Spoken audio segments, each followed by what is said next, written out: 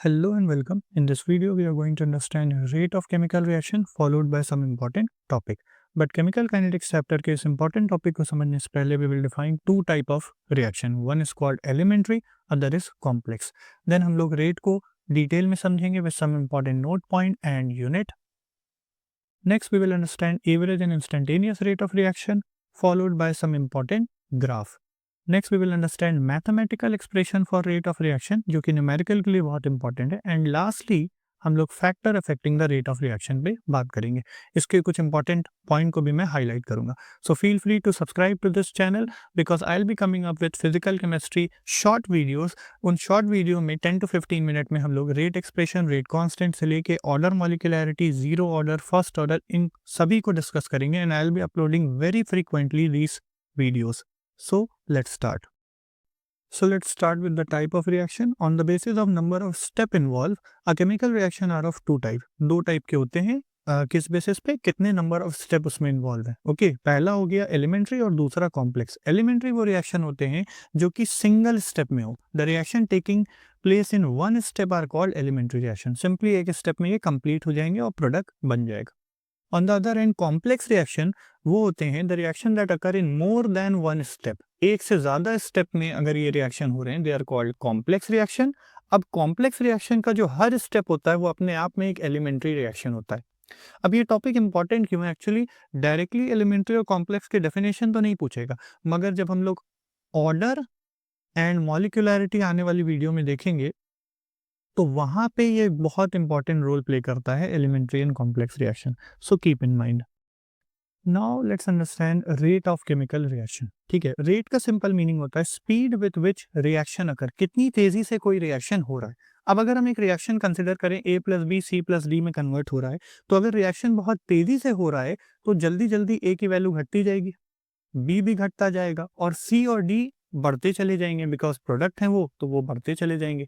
तो रिएक्टेंट अगर हम देखें इनका कंसंट्रेशन लगातार घटेगा और प्रोडक्ट का कंसंट्रेशन चाहे वो सी हो या डी हो, इनका जो कंसंट्रेशन है वो बढ़ता चला जाएगा। ठीक है, तो हम लोग इस चीज का यूज करते हुए रेट को दो तरीके से डिफाइन कर सकते हैं। Rate of decrease in concentration of any one of the reactant या फिर इन term of rate of increase in the concentration of any one of the product. कोई भी एक रिएक्टेंट के घटने की रफ्तार अगर हम देख लें या फिर प्रोडक्ट के बढ़ने की रफ्तार देख लें, उससे रेट ऑफ केमिकल रिएक्शन हमें पता चल जाएगा। जल्दी जल्दी अगर रिएक्टेंट घट रहा है तो रेट ज्यादा है, जल्दी जल्दी प्रोडक्ट बन रहा है तो भी रेट ज्यादा है। सिंपल सी मीनिंग है। ठीक है, अब इसको समझने के लिए और डिटेल में हम लोग आर एंड पी, एक रिएक्टेंट एंड प्रोडक्ट कंसिडर कर लेते हैं।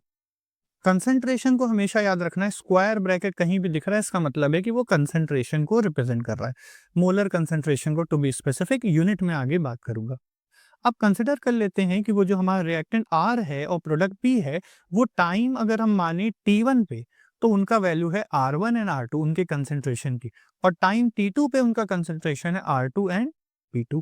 ठीक है, तो टोटल टाइम कितना लैप्स हुआ इस पूरे टाइम पीरियड की अगर हम बात करें तो T2 minus T1 delta T time बीता है, और हमारा रिएक्टेंट कहां से कहां चेंज हुआ है? R2 से R1, सॉरी R1 से R2। तो what will be the change in concentration of reactant? वो पहले था R1 और बाद में हो गया R2, तो it will B R2 minus R1। ठीक है, नोट करने वाली बात है कि ये जो वैल्यू आएगी change in concentration of reactant, ये वैल्यू नेगेटिव आएगी। क्यों नेगेटिव आएगी? क्योंकि रिएक्टेंट की वैल्यू घट गई है, तो कम में से ज्यादा को घटा रहे हैं, ऑब्वियसली नेगेटिव आएगा। प्रोडक्ट बढ़ रहा है तो change in concentration of product positive आएगा और it will B P2 minus P1। अब ध्यान में रखने वाली बात है कि रेट हमेशा पॉजिटिव होता है, नेगेटिव रेट का कोई मीनिंग नहीं। ठीक है, तो अगर रेट पॉजिटिव होता है तो जब मैं rate of disappearance of R के टर्म में डिफाइन करूंगा, rate of disappearance of reactant, तो वो सिंपल सा होगा कितना कंसंट्रेशन चेंज हुआ रिएक्टेंट का और उसको चेंज होने में कितना टाइम लगा। तो delta R concentration of R divided by delta T. अब बिकॉज डेल्टा आर नेगेटिव खुद है तो आगे एक माइनस पुट कर दो ताकि रेट जो है पॉजिटिव हो जाए। Simple. Rate of appearance of product के टर्म में अगर बात करना है तो rate delta concentration of product divided by delta time करना, इसके आगे प्लस ही रहने दो बिकॉज ये तो वैसे भी पॉजिटिव है तो पॉजिटिव ही आएगा आंसर। तो that's how we can define rate, either in term of disappearance of reactant or decrease in concentration of reactant, and appearance of product or increase in concentration of product. So these are the two way of defining rate of reaction. Now कुछ example इसमें देखते हैं। PCl5 PCl3 और Cl2 में convert हो रहा है, ठीक है। तो जब अगर हमें इसका रेट लिखना है, इस पूरे रिएक्शन का रेट लिखना है, तो हम देखेंगे कितना जल्दी जल्दी ये खत्म हो रहा है और कितना जल्दी जल्दी ये दोनों में से कोई भी बन रहा है। चाहे ये देख लें, ऑब्जर्व कर लें, चाहे इसको देख लें कि ये कितना जल्दी बन रहा है, तो हमें पता चल जाएगा रेट कितना फास्ट है, रिएक्शन का रेट कितना ज़्यादा है। तो उसके लिए सिंपली हम लोग करेंगे क्या, rate is equal to, because as I already mention ये रिएक्टेंट है, तो इसके आगे माइनस पुट करना है ताकि वो पॉजिटिव हो जाए। ये चीज़ नेगेटिव आएगी, आगे माइनस पुट करेंगे ताकि पॉजिटिव हो जाए। तो PCl5 की मदद से अगर लिखें तो it will B change in concentration of PCl5 divided by time, आगे माइनस लगा हुआ है। अगर हम PCl3 का यूज़ करें तो it will be delta PCl3 upon delta T, plus रहेगा बिकॉज ये प्रोडक्ट है। Cl2 के टर्म में भी ये प्लस रहेगा बिकॉज ये प्रोडक्ट है। Okay, that's how we will define rate. Now important unit की अगर हम बात करें तो कंसंट्रेशन जो है, कंसंट्रेशन जो कि न्यूमरेटर में ये सारे कंसंट्रेशन लिखे हुए हैं, चाहे चेंज इन कंसंट्रेशन बोलो या कंसंट्रेशन बोलो, इसकी यूनिट होती है मोल पर लीटर लिक्विड के फॉर्म में। और अगर गैस है तो उस केस में एट प्रेशर में हम लोग उसको नापते हैं, तो it will be ATM, atmospheric pressure, ATM। बाकी रेट ऑफ रिएक्शन का तो ये कंसंट्रेशन डिवाइडेड बाय टाइम है, तो it will be mole litre inverse second inverse, ध्यान में रखना है, और ATM सेकेंड इनवर्स अगर अगेन गैस है तो। Now we will understand average and instantaneous rate of reaction. बहुत सिंपल है, एवरेज और इंस्टेंटेनियस में जो मेजर डिफरेंस है वो टाइम के पीरियड का है, कितना लॉन्ग इंटरवल ले रहे हैं या कितना शॉर्ट इंटरवल ले रहे हैं। एवरेज की अगर हम बात करें, if the rate of appearance of product और disappearance of reactant is calculated over a long interval of time, तो हम कहेंगे एवरेज रेट ऑफ रिएक्शन है। यानी कि जो रेट को यहाँ R से रिप्रेजेंट किया, R एवरेज होगा, it will be minus delta R upon delta T. जब भी ट्रायंगल बना रहे हैं इसका मतलब है कि जो टाइम इंटरवल है वो अच्छा खासा है, लार्ज है, लार्ज टाइम इंटरवल है। ओके, तो यहाँ पे ट्रायंगल का हम लोग यूज करेंगे, तो minus del R upon del T जो हमने अभी डिस्कस किया है, and plus del P upon del T, इस तरीके से इसको सिंपली रिप्रेजेंट कर लेंगे। यहाँ पे हमने कुछ 5 second, 10 second, 20 second, few minute ऐसे कोई टाइम इंटरवल पे डिफाइन किया है, तो इसको एवरेज कहेंगे। है तो वही रेट, फॉर्मूला भी सेम है, बस टाइम इंटरवल हमारा मेजरेबल होना चाहिए, अच्छे अमाउंट का होना चाहिए। तो अगर लॉन्ग इंटरवल है तो एवरेज रेट, और अगर हम शॉर्ट इंटरवल पे इसको मेजर करेंगे, when rate of reaction express for a particular moment, एक पर्टिकुलर मोमेंट पे जहाँ पे हमारा जो डेल्टा टी है वो टेंडिंग टू जीरो, और अकॉर्डिंग टू मैथमेटिक्स ऐसे चीज को हम लोग डेल्टा ना लिख के डिफरेंशियल डी में रिप्रेजेंट करते हैं, तो वो हमारा कहलाएगा इंस्टेंटेनियस रेट ऑफ रिएक्शन, जो कि किसी एक क्षण या मोमेंट का होगा। तो R instantaneous, rate instantaneous will be minus d R upon d t, and in term of product की बात करें तो plus d concentration of product upon d t. So that's how we will define instantaneous rate of reaction. बाकी अगर हम लोग delta t tending to zero ही मान के चल रहे हैं, उस मोमेंट पे अगर हम देखें, तो अगर बहुत छोटे इंटरवल में कैलकुलेट कर रहे हो तो क्या एवरेज क्या इंस्टेंटेनियस दोनों एक ही होगा, दैट्स ऑल। उसका बेटर वर्ड इंस्टेंटेनियस ही होगा, मगर उस वक्त एवरेज भी जो निकालेंगे वही बात होगी, क्योंकि इंटरवल ही बहुत छोटा है।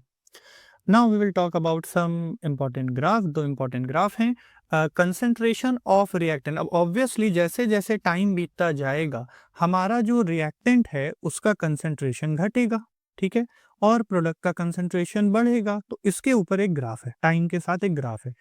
अब इस ग्राफ का जो कंसंट्रेशन वर्सेस टाइम का ग्राफ है, उसका जो स्लोप होगा वो हमें रेट ऑफ रिएक्शन भी देगा, ये हम लोग ध्यान में रखेंगे।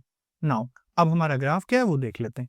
जब हम लोग R वर्सेस T करेंगे, ठीक है, R वर्सेस T का प्लॉट करेंगे, तो स्टार्टिंग में मान लेते हैं हमारे पास R not amount of reactant था, बिल्कुल रिएक्शन शुरू होने से पहले, मतलब शुरू होने के टाइम पे, T इक्वल टू 0 पे, और उसके बाद वो एब्रप्टली घटता चला जा रहा है, तो उसका नेचर कुछ इस तरह का होगा। इस एक्सेस पे कंसंट्रेशन ऑफ रिएक्टेंट, इधर टाइम है, ठीक है।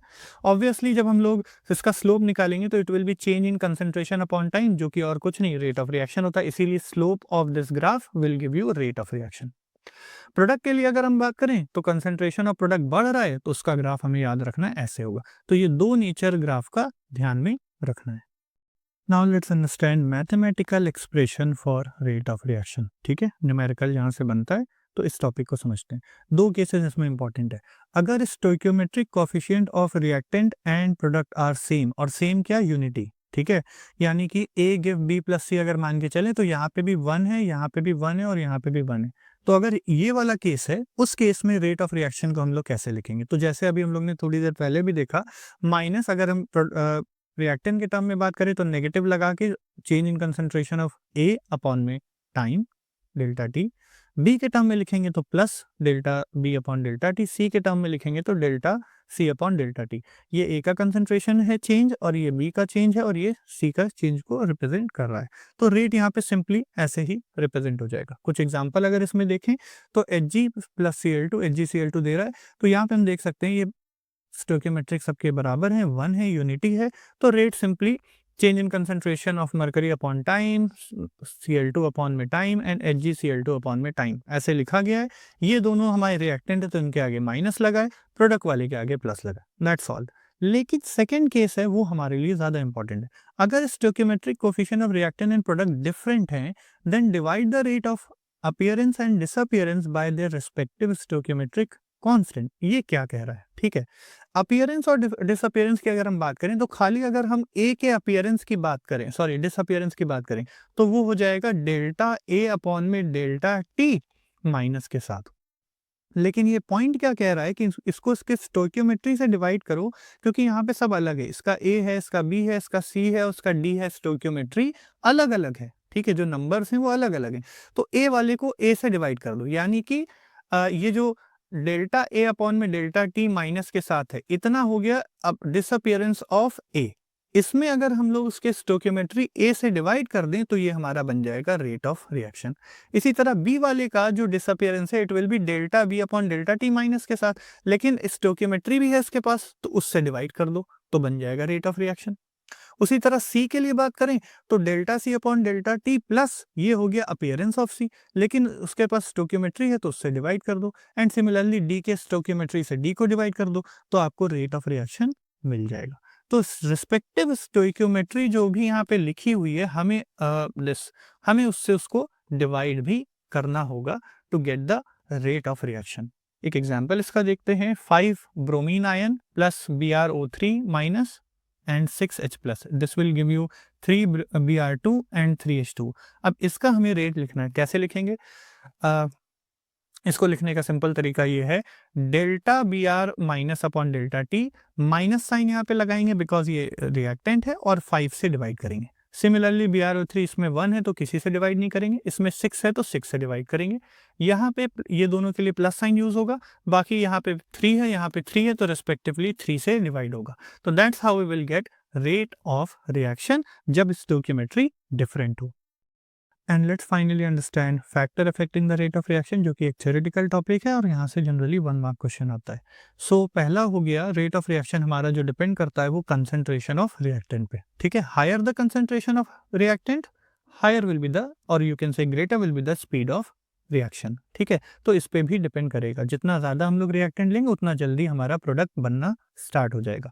नेक्स्ट है टेम्परेचर पे, higher the temperature greater will be the speed, जितना ज़्यादा हम टेम्परेचर रखेंगे उतना ज़्यादा हमारा रेट ऑफ रिएक्शन होगा। इसमें भी एक इंपॉर्टेंट कैच पॉइंट है, वो ये कि जो रेट ऑफ रिएक्शन है इट नियरली डबल्स, दुगना हो जाएगा on 10 degree rise in temperature. For example T temperature पे हमारे रिएक्शन का रेट R था, तो अगर हम लोग T में 10 डिग्री और बढ़ा दें तो रिएक्शन जस्ट रेट उसका डबल हो जाएगा। सो कीप इन माइंड। ठीक है, नेक्स्ट है कैटलिस्ट। कैटलिस्ट ऑब्वियसली रिएक्शन के रेट को एक्सेलरेट करता है, accelerate the rate of reaction, और वो खुद पार्टिसिपेट भी नहीं करता, लाइक पार्टिसिपेट इन रिएक्शन लेकिन कंज्यूम नहीं होता। ठीक है, पार्टिसिपेट तो करता है, कंज्यूम नहीं होता। Okay, so keep in mind. Next है हमारा सरफेस एरिया ऑफ रिएक्टेंट। ये भी देखा गया कि जितना ज्यादा सरफेस एरिया होगा रिएक्टेंट का उतना ज्यादा हमारा जो रिएक्शन का रेट है वो होगा। तो स्मॉलर द पार्टिकल साइज, पहले तो ये बात सही है कि पार्टिकल को जितना हम तोड़ दें, जितना ज्यादा तोड़ें उसका एरिया खुलता जाएगा, तो greater will be the area, और जितना ज्यादा एरिया